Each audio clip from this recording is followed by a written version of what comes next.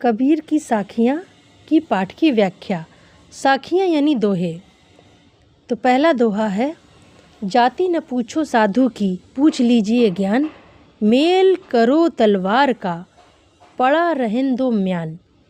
अब इसमें जो शब्द अर्थ आते हैं वो पहले बताती हूँ। साधु मने साधु या सज्जन, ज्ञान मने जानकारी, मेल मने खरीदना, तलवार मने तलवार, रहन मने रहने, और म्यान मने जिसमें तलवार रखी जाती है।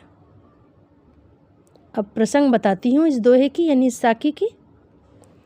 तो प्रसंग है, प्रस्तुत साखी हमारी हिंदी पाठ्य पुस्तक बसंत 3 से ली गई है।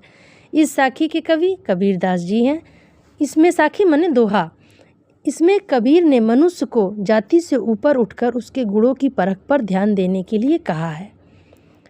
अब व्याख्या बताती हूँ यानी इस दोहे की।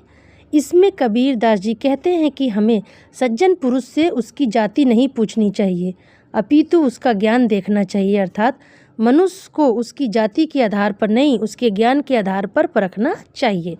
क्योंकि जब हम तलवार खरीदने जाते हैं तो उसकी कीमत म्यान देखकर नहीं लगाते। तो जाति न पूछो साधु की, पूछ लीजिए ज्ञान, मेल करो तलवार का, पड़ा रहन दो म्यान। इसका व्याख्या मैंने बताया, देखिए।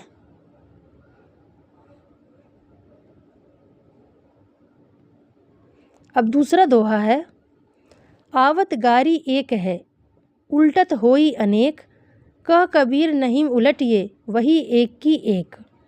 शब्द अर्थ है इसमें, आवत मने आते हुए, गारी मने गाली, उल्टत मने पलटकर, होई मने होती है, अनेक मने बहुत सारी। अब इसका प्रसंग बताती हूँ इस दोहे की। प्रसंग है, प्रस्तुत साखी हमारी हिंदी पाठ्य पुस्तक बसंत 3 से ली गई है। इस साखी के कवि कबीरदास जी हैं। इसमें कबीर ने अपशब्द सुनकर उस पर ध्यान न देने की बात कही है। अब व्याख्या बताती हूँ इस दोहे की। व्याख्या है इसमें, कबीरदास जी कहते हैं कि जब हमें कोई गाली देता है तब वह एक होती है, पर हम पलट कर उसे भी देते हैं तो बढ़ते बढ़ते अनेक हो जाती है। इसलिए जब हम उसकी एक गाली पर ध्यान नहीं देंगे तो वह वहीं ख़त्म हो जाएगी, अर्थात वो एक की एक ही रह जाएगी। तो आवत गारी एक है, उल्टत होई अनेक, कह कबीर नहीं उलटिए, वही एक की एक। इसका प्रसंग और व्याख्या बताया, देखिए, पढ़िए।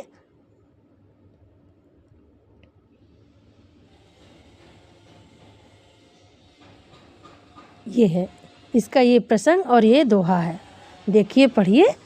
Thank you so much.